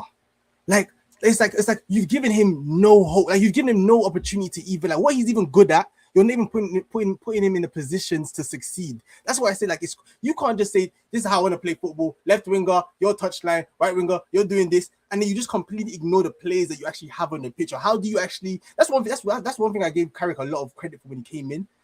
Your first job as a manager, man, is to platform the players that you have on the team to the best of their ability. In terms of put them in the right position, give them the right instructions, and then at that point, if they then don't perform, we can then criticize them. But when you put them in the wrong positions, you give them the wrong instructions. You tell what's it called? You tell Odegaard hold Saka's hand on the right wing. You tell Timber you're not the greatest in the final third, but you overlap and you try to do things in the final third. You tell whether it's Calafuri, you do whatever you like. Skelly, you invert. Martinelli, your left wing touchline, make something happen out there. I know there's like 3 players on you. Dribble pass, create a chance, bro. When he's not, that's not what he is. So it's like this is why I say like I think what Arteta's like game mode is it's becoming more and more exposed. I feel like it's like it's kind of like it was just enough to get us over the line, but now it's not enough to get us over the line. Now we're seeing all the limitations and downsides of it. Basically, like it's just become so clear. Like it's mad as you know what's it's crazy as well because it's like you see how Bournemouth are playing, how they started, they get the goal, and then it's like you get a get out of jail free card with the penalty with the handball, and you're thinking, all right, cool, this is a good platform to now step it up, like progress, whatever. No, second half comes, and you're like, all right, cool, you know what, you've got a title to try and win. Nope. Like, and it was crazy. Like I was watching it and I was just thinking, this is very, very problematic. And again, that's why I go back to what I said initially. I look at the whole situation with Arsenal and I'm just like, it's bizarre. Like it's bizarre. Like I'm seeing Wanyeri in France. I'm like, it's bizarre. Sad, like I'm seeing the attack, and I'm like, how can none of these men even be sniffing the team of the year? It's bizarre. And I'm like, bro, I'm looking at the manager and I'm seeing discussions about even if we're in the league, he needs to go. And I'm like, I understand why they're saying this. It's bizarre. Like everything is bizarre, bro. I'm looking at it, I'm just like, this is bizarre. Like it's literally, I've never seen anything like it. Like, I was like, this is bizarre. To kind of bring it full circle, this is also why I feel like for Arteta's honor And for the honor of this Arsenal squad as well, it's also why that City game is like you cannot lose that game. I think not only will it be us bottling it, but it's like even in the one in the head-to-head game that you have against them, they beat you in that season. I think at that point we can't even. They deserve to go win the league. They beat us. At that point, I think that they even just deserve it. So now it's like these players that if you have any pain for the last few years that City have pipped you over the line and you remember how hurtful it was, this City game is pretty much like your final chance to like show us that you have the mentality to get over the line here. If not, then yeah, man. I think that's when like the project is. It just looks like the project is dead at that point. If we go see now they smoke us in that game, I think for me is where I put my hands up and just say, yeah, man. All the rival fans, get out, man. Yeah, the bottling, they can run all of that, man. I'll stay quiet. I can't say nothing. I can't say nothing, man. Like, so it's crazy, man. Like, like honestly, like it's bizarre. it's actually bizarre, bro. Honestly, like Arsenal, they're actually bizarre. Like everything that's going on is bizarre. But with all of that being said, like you mentioned, you've still got an opportunity to like all of those players is like, regardless, people might not be happy with how you've played, etc., whatever, blah, blah, blah. But there's not one Arsenal fan that doesn't want that league title. And if you get the league title, you'll still forever be remembered, like regardless. So even Arteta, even if whatever happens afterwards, you'll still be the manager that got Arsenal their first league title in 22 years. Like these players, you'll still be the people to get over the line, etc. Like again, have some professional pride. Like you have the opportunity to now go to City and do something major. And I think where I think it's worrying for Arsenal is that if they go to the Etihad and they just like take an overly cautious approach, then I feel like it's they're gonna smell blood as well, man. They'll go for the kill, man.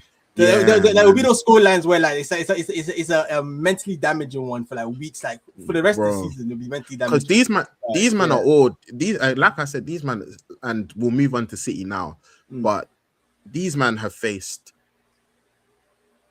Arsenal in the cup final, Liverpool in the FA Cup quarter final, and Chelsea away at Stamford Bridge in the Premier League. 2-0, 4-0, 3-0. 9 goals scored, no goals conceded, bro. Again, like you're seeing the players, and even we spoken about Pep, we spoken about Arteta, we spoken about Pep, and sometimes like lineups wise, like what is he doing? Like he's moving this, he's changing this, whatever, blah blah blah, and he's figured something out now. That thing he's got going on with, obviously you have Donnarumma in goal, then you've got Kusanov and Gueye. You've got O'Reilly, who's been brilliant. Like he can come into midfield, but he can also go on the outside as well. Then you got Nunes, who's doing the job at right back. Then he's got Rodri and Bernardo in the middle, and then he's got that 4 of Doku, Semenyo, Shirky in the 10, and then Haaland up top. And they've figured something out there, like because even structurally, those 4, like I've been watching all of their games, the way they press, like they're just so on point. Like they're so on point. And Shirky, again, bro, at the start of the season, when we were making our predictions and we were talking about the players to watch, and I said Shirky was one of mine. I said Shirky was one of my players to watch. And we're talking about what impact could Shirky have in the Premier League, and I said this guy is capable of being the best player in the Premier League eventually. And it looked like it was very, like a lot of hyperbole. It looked like, you're going too far. And I was just like, bro, this guy is a baller. Like he is capable of being the best player in the Premier League eventually. And I think now you're seeing him flow, you're seeing his creative freedom, you're seeing him like tick with the players, like even that assist for Gueye's goal, especially where it's like he's just dancing around and then he plays that pass.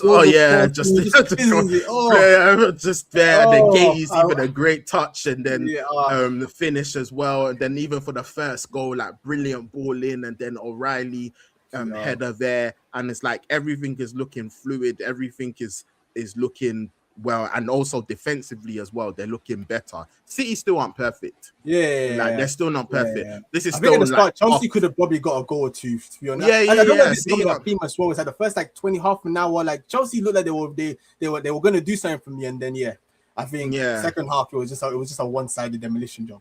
Yeah, man. It was a one-sided like, demolition job, man.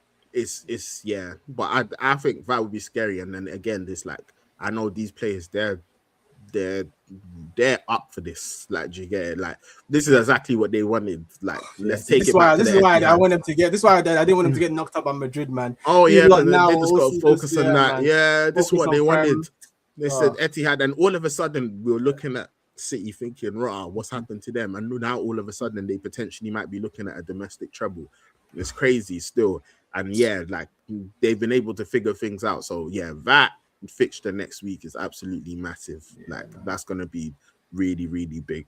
And man, because the way City are currently playing, it's like you've got Semenyo now who's been helping out with the GA, especially when like Haaland has sometimes gone off. Then, like I mentioned, Shirky's been absolutely incredible doing his stuff. Yeah, it's looking scary. Yeah, it is looking scary. But yeah, bro. You know what? Let's move on to Spurs, and then we'll circle back for the predictions, because obviously, we know what happened with Man United and the Leeds result. And man, Spurs, I've been trying to tell you, bro. I've been trying to tell you, week after week, we'll get back to we'll be on stream, and I've been trying to explain to you that they're already relegated, bro. For whatever reason, I feel like I don't know what you're seeing. I don't know what you're like. You're like, surely not. I said, bro, these man are in trouble. They're in trouble. They're in big trouble. That Leeds for win is massive. 6 big points. Trouble. 6 points. West Ham slap Wolves 4-0 again. I think you know what I think the problem with it it's not even just the fact that West Ham are winning, it's how they're playing. It's the same thing as happening with Arsenal and City. It's that it's not just it's like how the team is playing. Like Tottenham aren't playing well, West Ham are playing well, and they're picking up results. It's a nasty combination if that's what you're competing against. Forest, they're fighting. Like they're fighting. Like I look at this Spurs team and I'm just like, bro, you've now got Romero, who's now out for the season as well. Out for the season. Injury, out for the season. I'm like, man. Like it's just looking. It's not looking good for them at all. It's not looking good for them at all. Like you look at, bro, they've not won a game in 2026. It's not again. I think I saw that in January, West Ham. You spoke about West Ham. I think I saw that in January, West Ham were 13 points below them. No. 13 points below them, bro. No. In January. No. In January. Bro, that's how bad it's been. They've not won a game this year, bro. Like look at that form table. Like look at that. Yeah. Like the last 6 games. 1 point. Like not a bit of green. Like literally, if you look upwards on the table, every single team you see green there. Yeah. Like every single team you see green there apart from Spurs. No wins, bro. No wins. Like it's shocking, man. So they're in big trouble. Then even when we look at their fixtures coming up, they've got Brighton. And you know what I think the problem is as well, like even on that, I think what West Ham are playing Everton again, tough game. Maybe they I think what Spurs cannot allow to happen is that right now it's 2 points to West Ham. I think if it becomes a 2-game swing, like it goes like 5 or 6 points with West Ham and Forest respectively, I think that's the final, because they don't have two wins in them. Like it's like, bro, and do you know who Forest have got next? Who do Forest have next? Burnley at home. Oh yes, So you say Forest probably win that game. Yes, that's another that puts them to 6 points ahead of them. You have dangerous. Man. I think West Ham have got Palace away next. Is it Palace away? I think they've got Palace away next, but obviously Palace are playing in Europe, which we they know should get what free. Palace. They've Yeah, done we know well. what Palace are. But Prime yeah, game after Europe. Yeah. but yeah. To be fair, they won their last one against Newcastle. So after Yeah. they To did be actually, fair, yeah. on them. But yeah, man, it's just that you look at going back to Spurs. You're just looking and you're just like, yeah, like they're gonna need something to click very, very fast. You got Yeah. Brighton. Brighton's form has been absolutely brilliant, by the way. If you look at their form there, out of the last 6, they've won 5. Oof. So they're doing their things and they're pushing Yeah. for For Europe, for yeah, Europe they're as fighting for well. They're something. right in the Yeah. mix. Yeah, they're right in the mix. So that's very dangerous for them. Then they've got Wolves away, which I think Spurs, again, I think that's a difficult game because Wolves have been thinking, I think they've got to win that. Like if they want a chance, I think they've got to win that. Then after that, Villa away, which gonna be tough. This Leeds home fixture Ooh.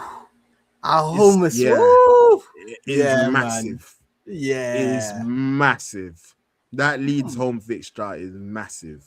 And then obviously they've got Spurs. I mean, they've got Chelsea away, and there's nothing more Chelsea would want, even with all their misery. They would love to send Spurs down. They would love to send Spurs down. And then they've got Everton at home, man. But yeah, man, like you're just looking at them, and it's like obviously they've got De Zerbi. And me personally, I was looking at it and I was just like, you know what? For like when you're thinking longer term, then yeah, like as regards to how Spurs want to play football, how Spurs typically play football, etc., whatever the case may be. But I was just like, bro, this is a few games where it's like you need to survive, and De Zerbi's not going to be able to all of a sudden input his philosophy on these players. You know what's so funny, bro? You know what's so funny is that like I genuinely, because even from this game, just very quickly touching this game, is that like they are from a structural point of view, they're a lot more structured, defended quite well. Not much going forward in terms of like scoring goals. So like it was a bit tame in that regard, but it also didn't look like they were gonna concede. The goal comes off an unfortunate deflection. When it rains, it pours. When you're in a bad moment, those things go against you. I also thought the ref was poor as well, to be fair on them as well. Okay, I felt cool, fair enough. Poor, but yeah, fair enough. So again, but like in this game in itself, it's like that's a draw. I think the biggest issue here is that they should have probably, even if they were going to go for De Zerbi, it had to be when they brought in Tudor. But the reason they didn't bring him when they brought in because if they brought in Tudor, I think he would have picked up more points than Tudor has in that period, and this end of season probably wouldn't be as critical as it is now. But because they didn't make that decision at the time and they've only brought him in now, is where I completely agree with you that his style of football and there's just not enough time now. And I think now I can more kind of see them maybe not losing as many games as they were previously, but I also don't see them really winning games. That's the problem. If West Ham and Forest are able to pick up wins, I think that's what's gonna like just continue putting the nail in the coffin for them. Like because again, you look at their players and stuff. Like they thought Kudus was going to be able to come back, but he's not. He's out for the season as well, and it's just like man, they just don't.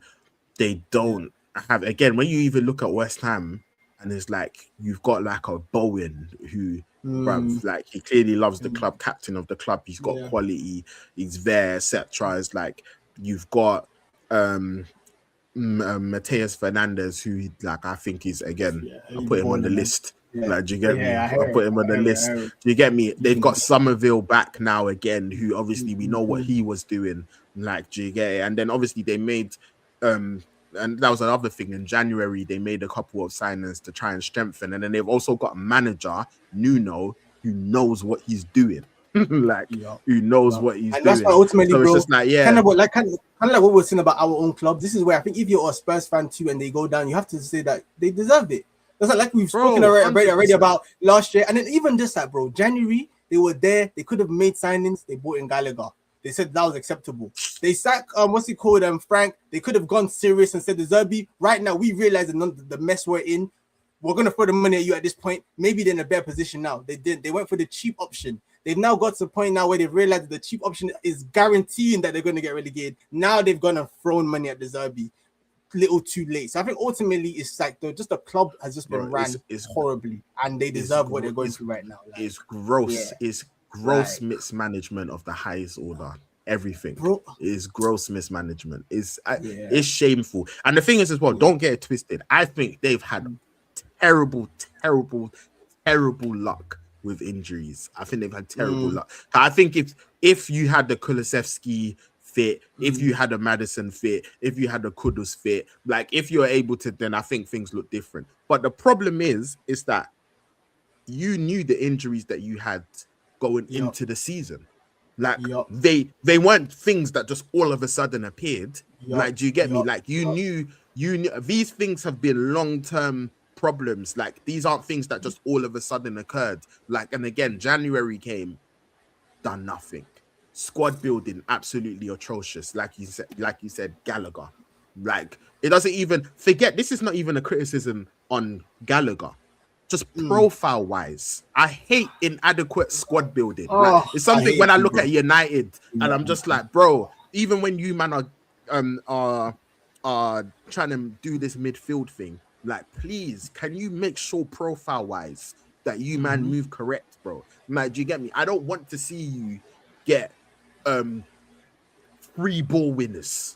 Like, do you get me? Who can't play the ball through the lines, or that's not a good strength of theirs. It's just like, bro, like you need to build your squad adequately. You go and get Gallagher when you've got Paulinho, you've got Sarr. You've got Bentancur. I don't know. Yeah, like you've got like what's it, what? Like what? Bro, it's so dumb. Like, it don't even make sense. Like it just doesn't even make sense. Like it doesn't make sense at all. So yeah, Spurs, they're in big trouble. Like, and yeah, I think the mismanagement that's gone on there is crazy. And yeah, man, like I think they've got a big task on their hands when it comes to trying to survive in this Premier League, because like you said, the teams around them, they're fighting. Like again, you look at even the Forest, like they've got Elliot Anderson, they've got a Gibbs White. Like, do you get me? Like they've got Tottenham, like they just look clueless. Yeah, like, there's no one look clueless. Yeah, like they just all look clueless, man. Like they look clueless. So yeah, and yeah, bruv, I don't even North London is. London is not even London is cooked, bro. Oh gosh, London is cooked, man. Because I was seeing Spurs and Arsenal fans, and it's like obviously some people, I think, regardless, they'll just be shameless. But it's like I was thinking like Spurs fans, like Arsenal button in the league, this is what they live for. But it's like, but then you man might get relegated. Like, do you get me? And then in a normal season, was like Spurs getting relegated. That is crazy for an Arsenal fan. But if you man bottle the league, it's just like, oh, bro, what? Like, do you get me? So it's just all a madness over there. Like, do you get me? I remember, let's say you don't look this guy is such a horrible guy. This guy said, I want Arsenal to bottle the league and Spurs stay up. I was like, he told me this the other day. Like, he told me this the other day. I was like, he was just like, just because I know that it will annoy them. He said anything. He said anything that can contribute. Yeah, man. We are here now. Yeah, man. I said, nah, this is deep. Like, do you get me? So it's like, yeah, it was mad still. But yeah, man, like, I think they're in big trouble. Obviously, yeah, man. Like, we gotta do predictions, but I just wanted to quickly touch on Chelsea because we talk about mismanagement, and I think, yeah, man, they are. I feel like this can go really bad for them, like really bad for them. I think they're all over the place from top to bottom. Like, I think, yeah, man. Like in a way, I actually feel a little bit sorry for Rafinha, because I just feel I feel sorry for him as well, man. Yeah, like I just feel like yeah, man, like this, it was just so much mismanagement, like everywhere. Bro, they plucked a guy out. He should be there, still learning. Yeah, do you get me? Like, still developing, pressure, and then it's just boom. And it's like even like your transfer policy as well, and it's just it's all a mess. And I was looking at their fixtures, like I mentioned before. Bro, if they don't get Europe, they're gonna have big problems. They don't get Europe. Oh God, bro. Even financially as well, they're gonna have to look at things and sort all of that out. So man, and again, too, I think that's the thing. Like the project too, like this, even this like process of like buying these young players, flipping them. It also only works if these players also get better as well. While you're on, like a lot of the players that they've got, they'll be lucky to even just get the money that they paid for them back. Like someone like Enzo, if he's to leave Chelsea now, that's a massive loss. They're getting nowhere near the amount of money they put in for him. There's so many players in that regard too, where like the value that they bought them for, and now even the whole buying them young and flipping, they're not even really gonna flip these players either. Like, so yeah man, it's just been completely mismanaged. Like, completely mismanaged, man. It's real bad. I think there's just so much problems across the Premier League because again, you look at Newcastle as well, and it's all mad over their there. project too. Their project is all over the place, and this, that, and whatever. And then even Liverpool as well. It's like you look at Slot and this and that, and it's like it's all crazy. Again, another person to give credit to, man. Like, and again, I think they're gonna have to play him more. Is Rio Ingamoa. Because that goal against Fulham was brilliant. Like, and he's someone that's extremely talented. He's also someone that I also put in my one to watch list at the start of the season, man. So do you get me? Just if you want ball knowledge, just listen to the boy. Do you get me? I'm always ahead of the curve. But he's extremely talented, man. Extremely talented. So man, there's a lot going on in the Premier League, man. This is gonna be an interesting. Man. We have a World Cup year as well. What that means for like what next season is gonna look like. So man. And there's still obviously Champions League as well. It's like there's still Barca, Atletico. That's gonna be absolutely massive. Tomorrow, right? Even tomorrow, today now. Yeah. So it's like quickly prediction wise.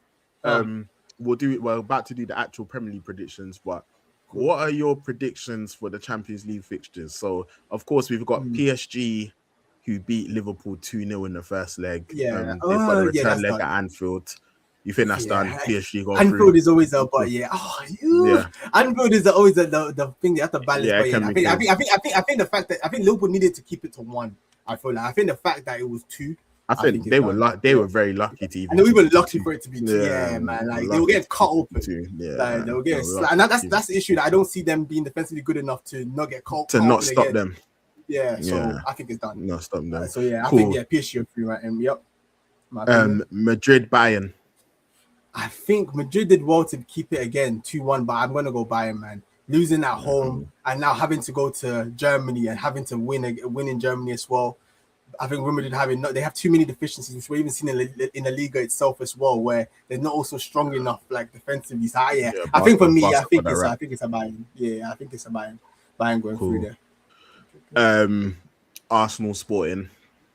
Yeah, man, we have to go through. So I'm actually going to the game on Wednesday. So boy, man, we have to. So again, I've been very critical. I've said all the things I don't like. I always still sit as an optimistic fan that still says that the next game can still be a change or I'm still always optimistic to that regard until I can no longer be optimistic. So man, this is just a game where we need to pick up the win, and I think just because of how we play too, we also just need a performance to just start building some momentum, especially ahead of that City game coming up. So also I think that's big. But it needs to be because I think if you can get a performance in ahead of that like City stumble game, on something like that can do a lot. He needs to now be brave. I mean that's not the issue. Like he now needs to be brave with like his selection. Like whether it's Mendy, whether it's I don't know if Odegaard is back and fit. Maybe he just needs to try something else, man. He just needs to something needs to change. Like so But I want Arsenal going through. And then Atletico, Barca. I'm gonna go Barca, man. I want to go Atletico, but I've seen too many times this season that Barca they also can just beat them like 4-0. Like it's also just possible. Like it's not enough. I feel like it needs to maybe be 3-0 for me to have more confidence that even then it happened already this season where it was 4 and then Barca beat them 3 in the second return 3. The good thing for Atletico this time is I think for the first time this one is actually where they got the result at Barcelona, and the second leg is Atletico Madrid, right? So that's what kind of puts it. I think what's happened previously that they beat Barca at home and then get smoked when they go away to Barca. So they've kind of flipped it in terms of what we've seen so far this season, which gives them hope. But I'm gonna still probably say Barca just because I feel like Madrid, Atletico, they're not also that strong defensively, and Barca they get an early goal, a two goal swing for Barca is nothing. Like with 11 men, it's actually nothing. So who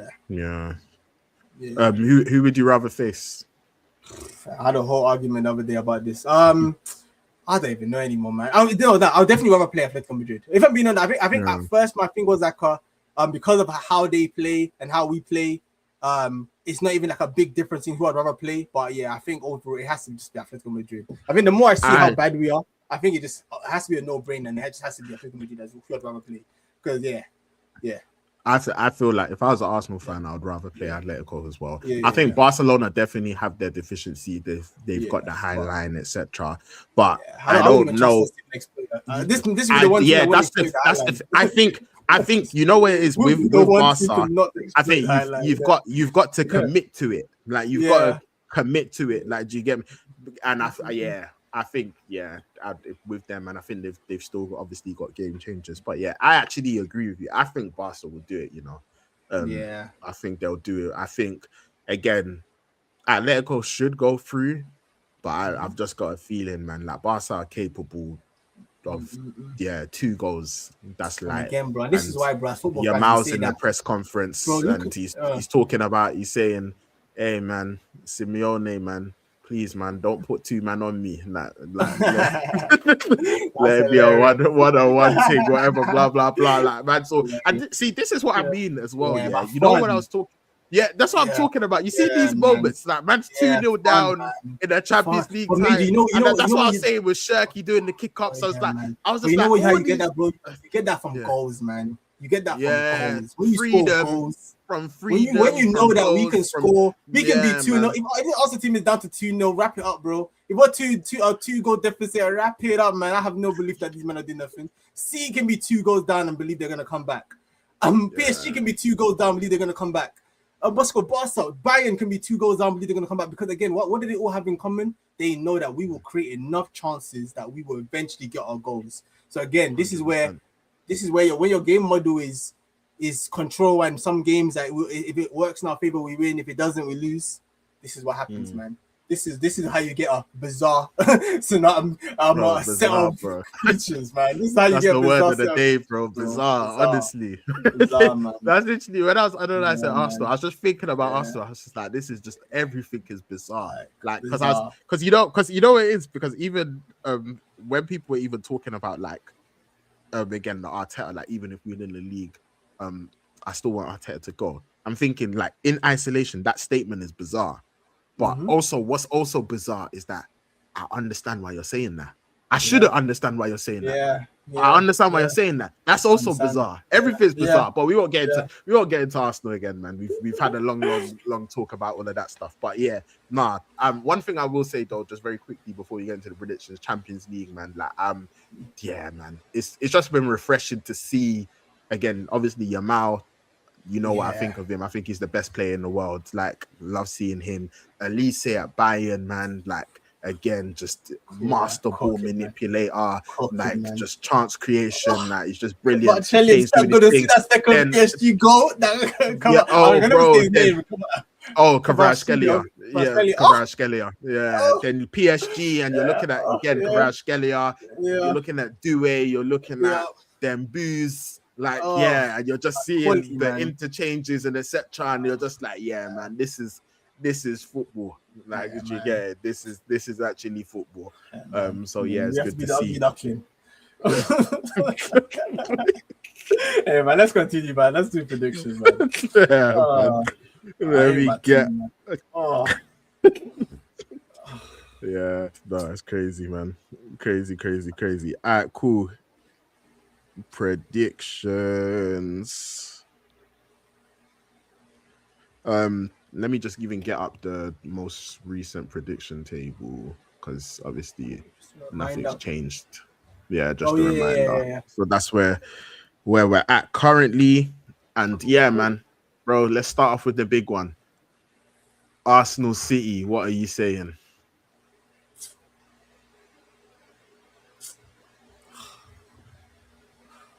I'm gonna go 2-2.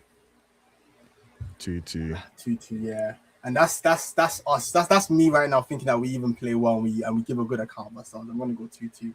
I'm just man. 2-2. Yeah. City 2, Arsenal 2. Cool. I am gonna go.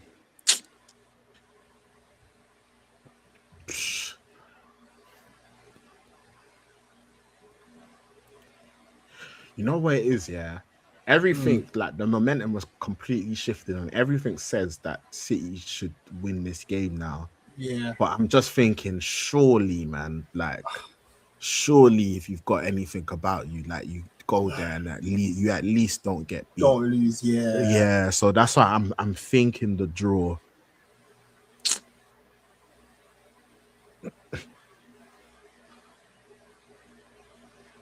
I think a lot also depends on, like, well, not a lot. A lot is a big overstatement, but I'll be interested to see how you perform on Wednesday. Yeah. Yeah, I'm even curious to see like what's happening about injuries as well when it comes to like the Sackers and the Odegaard that was good and Timber, because that's another thing. Timber, oh yeah, that's if it's Ben White against Doku, back it up, man. Yeah. That's another again. Those are like other big factors as well.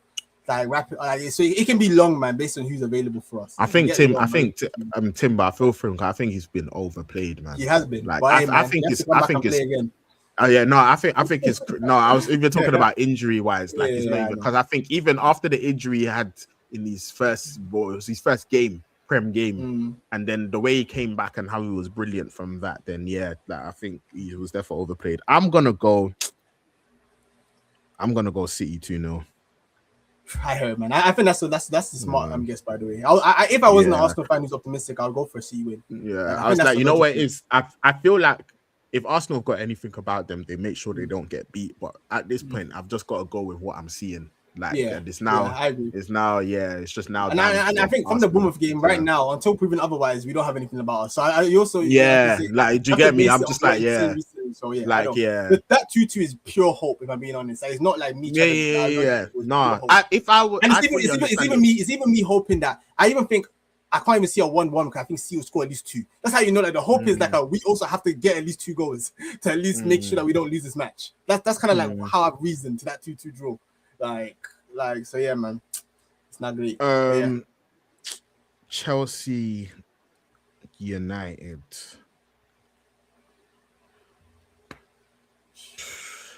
Yeah, that's another pivotal game as well, man. But obviously not for you, bro, because again, like like my cousin-in-law, like Chelsea fan, these lot were laughing, having the time of their lives, even though they lost. I said, you guys need to focus on yourselves. It was funny because God, some of them literally shameless, bro. Some of them literally like they just point blank and said it. Yeah, I want us to lose. Shameless, man. They just said it. They said I want us to lose, and I know even some of them that said they wanted them to win, they were lying. They just said, they're like, okay, we got some free now. What a shame. It happens, eh? Yeah, man. So yeah, a lot of people need to start focusing on themselves, and this game is massive for Chelsea, and that United Spurs game is massive. I mean, Chelsea game is massive, man. That's a big game. You know what? Yeah. I'm stuck because I think my logic says that I'm gonna go for a draw because we don't win at the Bridge. But then also I'm so repulsed about what I saw today, where I'm like I need you, man, to react. Like that's the thing. Chelsea can still create chances and they still have good players. That's the thing. People also play poorly, they will score and they will beat you. And the premise as well is that if we don't have Kobe, I'm worried about that midfield. I'm worried about that midfield a lot because Enzo will be back, Caicedo's there. Even if they put a Santos, like I'm worried about the midfield. I'm gonna go 1-1. I hear that. I think I'm going to match you in that. I'm going to go 1-1 also. I think that's a good scoreline. I can see that. Yeah. I can see that. Hopefully United prove me wrong, man. Spurs Brighton. So big fixtures, man. The build-up that game is going to be sweet. I'm going to go 2-0 Brighton. I'm gonna go 2. That's the thing. I'm thinking either 2-0 or 3-1, but I just think man, Spurs are they're gonna hold it, man. So yeah. I think I'm gonna match you on that, man. Hold on, let me see. This is the thing. I'm thinking, should I even give Spurs a go? But I'm trying to think, where does it come from? Where does it come from, man? Yeah, I'm not even giving them a go. Yeah, man. 2-0 Brighton. I hear that. Next up, we have where we at? Where we at, though? Oh, we've got Merseyside derby, Everton, Liverpool. That's an interesting game. It's me first, isn't it? Yup.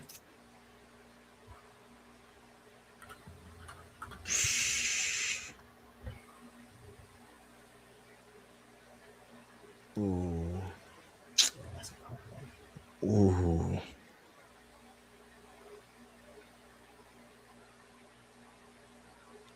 I'm going 1-1. Going 1-1. Mm-hmm. Cool. I'm going 2-1 Everton. I hear it. I'm going 2-1 Everton. I hear it. I'm tempted to change because I do hear it. I do hear it. I hear it loud still. Yeah, I'm changing, man. Man. No. I need a differential. I'm gonna stick with 1-1. I'm gonna stick with 1-1. I do hear that though. I hear that. Yeah. Leeds Wolves. Leeds Wolves. Ooh. I'm gonna go 2. Yeah, I'm gonna go 2-1 Leeds. 2-1 Leeds. Yeah, I'm definitely gonna go for a Leeds win. I just need to think of the result. Thing is, Wolves, I know West Ham pammed them, but they're capable of scoring a goal. 2-1 I actually kind of like. I'm gonna go 2-0. 2-0 to Leeds. Yeah, 2-0 Leeds. Come. Next up we have Brentford Fulham. Fulham. Yeah, I think that's me. I'm gonna go 2-1 Brentford. I heard that. Brentford Fulham. What you went 2-1? You said 2-1 Fulham. 2-1 Brentford. Yeah, 2-1 Brentford. Yeah, I think.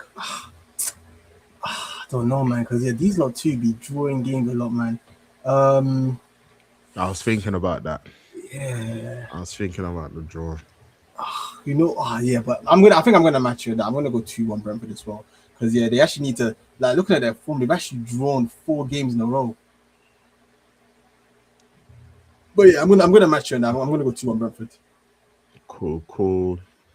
Villa Sunderland. And also credit to Villa as well, by the way, in terms of just like stopping the bleeding a bit. In terms of because we were talking about it, because they look like they were destined to fall out that Champions League spot. So right now they're fighting. So let's see, and they're doing well in Europa as well. So but yeah, Villa, Sunderland. I think I'm gonna go 2-1 Villa. I'm gonna go 2-1 Villa.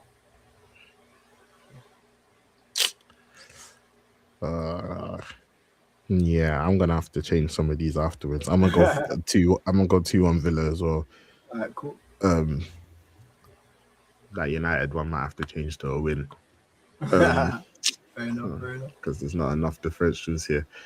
And then finally Newcastle Bournemouth. Newcastle at home. Yeah. I don't know. That did make a difference this season, man. Yeah, they're not good, great, man.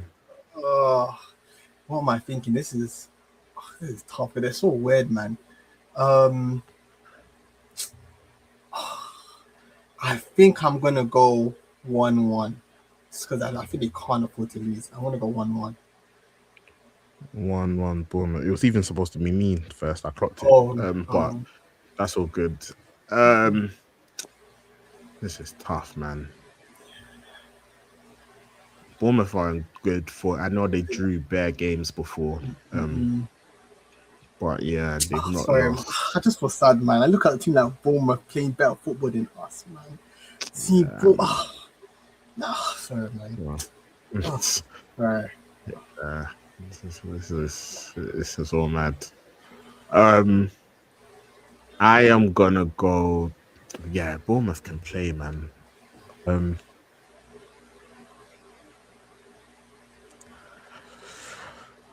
I'm gonna go 2-2. You okay? Okay, I hear that. I'm gonna go 2-2. I thought you would have gone for a Bournemouth win. I was thinking that, but I just think surely Newcastle, man, like with how bad things have been, like you've got to try and turn something around. So yeah, I think those were all the fixtures that I was going to predict. Calm. Yeah, they are. All right, cool. So to recap, I've gone City 2-0 Arsenal. You've gone City 2-2 Arsenal. We've both gone Chelsea 1-1 United. We've both gone Brighton 2-0 Spurs. I've gone for a draw 1-1 in the Merseyside derby. You've gone for an Everton 2-1 win. I've gone for a Leeds 2-0 win against Wolves. You've gone 2-1 Wolves. We've both gone for Brentford 2-1 wins. You've both gone for Villa 2-1 wins. And we've both gone for draws, but I've gone for a Newcastle 2-2 draw against Bournemouth, and you've gone for a Newcastle 1-1 draw against Bournemouth. All right, cool. I am just going to... I need to know if Kobe's fit, man. That's such a big... Yeah, that's actually without me knowing that, then I actually can't. That's crazy. Not that Ugarte Casemiro gives the probability of winning drops off a cliff. Man. You know what? I'm just gonna hope that he is fit. I'm gonna go 2-1 United. 2-1 United. Right, cool. I'm gonna go 2-1 United. Yeah, let me just be off. If there's anyone that I should change and be optimistic, Senior, if they, because again, these man, they're distracted by us. So they didn't care about losing. See, if they lose to United at home, it's gonna get dark quick. It's already, I think it's already dark, but it's gonna get darker quick. Bro, have you seen what that table's looking like? I see it, bro. They've got everyone's on their tail. It's literally true. Absolutely everyone. I didn't even clock it actually. Yeah, bro. Everyone. All the way to Bournemouth. There. Everyone, bro. Even bro, Fulham have everyone. Everyone. Even Newcastle that we're talking about, they're only 6 points behind, bro. If Chelsea don't fix up, then they're in trouble. They could drop to the bottom half of the table. They could drop to the bottom half of the table if they don't fix up. Yeah, man. I wouldn't know, man. The way they were celebrating, I wouldn't know this is the circumstance. I wouldn't know. No, rivalry is crazy. It's so funny, bro. Bro, I told you that my cousin's husband. This guy was laughing in our messages. Like, bro, you lost free. I said, you guys, Europe is not like I got it when it was like what's it called? Like, okay, we have nothing to play for. We want City to win so Arsenal can lose, but you are actually also fighting for your life for Champions League football. So I thought that would supersede financial consequences, and it could be financial consequences. But all that aside, bro, these men still were crazy. You know what it is? The justification I was seeing from Chelsea fans, they were saying, "Hey, man, we're hopeless anyway." That's nah, man. They were saying, "Nah, man, we can't beat City and then still not make Europe." and give us the league. Yeah, man, it's crazy still. Like the because you know what it is, like I love a good old fashioned hate watch, but like with me, just generally speaking, it's like my priority is always United. Like you get me? It's just always United. Bro, I saw some Arsenal fans say that the what's it called? The Spurs Sunderland makes me feel a bit better. I didn't make me feel any better at all, man. Like I'm there for Tottenham getting relegated. That did not make me feel an ounce, a little bit better than how I felt. I was dropping points against the Bournemouth, bro. So like how people can get their happiness through others. Again, to each their own. You know what? You know what it is. Like I from a Spurs perspective. Don't get me. like if you get relegated, it's crazy. But I also still understand why you still, on top of that, won't want Arsenal to win the league. But also, I feel like, again, and I'm not here to tell anyone how to feel, but I also feel like whilst you can be cheeky and celebrate it and shameless and like, yeah, you man still bottling, whatever case may be. Also, it's like, fam, there needs to be a focus on the situation that you have found yourself in. And I think it's a similar thing with Arsenal, where it's like if Spurs get relegated, of course, it's like them getting relegated is crazy. Like, and of course, if you're getting into the banter and the back and forths, then it's like you're gonna say, "Oh, bro, you man got relegated." And if Spurs stay up and Arsenal bottle the league, they'll say you finished 17th, and they'll be like, "Yeah, man, but what did you lot win?" Like, of course, that's fanhood. That's gonna happen. But I think, like if Spurs were to get relegated and Arsenal bottle the league, also, yeah, man, like. If I was an Arsenal fan, like, yeah, it's mad, but also I'll just be so preoccupied with what's going on. I can't take any joy from that, man. Over here. Yeah, man. I'll be so preoccupied. And also, sorry, just quickly, it's also so funny, like football discourse too, how like Arsenal bottling it will get us a lot more talk and everything than like a Chelsea who also should not be in a position where they can drop out of Europe. But it's like, but the bottling narrative is like it supersedes everything else. Does that make sense? This is the story. This is the storyline. Like, you get me? Like, it'll be if Arsenal don't win anything, like it's gonna be mad.